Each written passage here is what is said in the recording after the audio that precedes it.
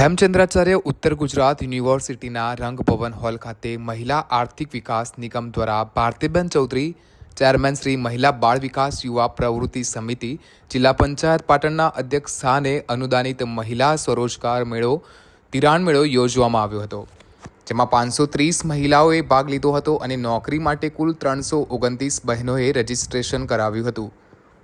તમામ ભાગ લીધેલ મહિલાઓને ફૂડ પેકેટ આઈઈસીનું વિતરણ કરવામાં આવ્યું હતું.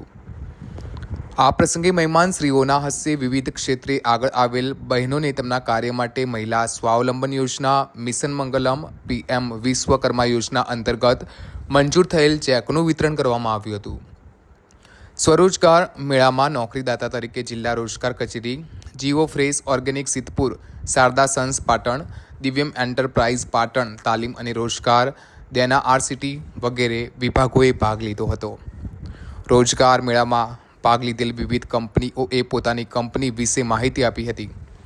મહિલા સ્વાવલંબન યોજનાના લાભાર્થી પ્રજાપતિ આશાબેન દ્વારા આજના પ્રસંગે મહિલાઓને આર્થિક પ્રવૃત્તિ થકી કઈ રીતે વ્યવસાયમાં આર્થિક પ્રગતિ કરી શકાય તે બાબતે મહિલાઓને વિસ્તૃત માહિતી આપી હતી. Bureau report, Banasratna news.